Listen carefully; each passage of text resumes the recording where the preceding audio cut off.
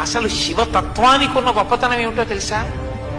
భక్తుణ్ణి నెత్తి మీద పైన పెడతాడు, తాను కింద కూర్చుంటాడు.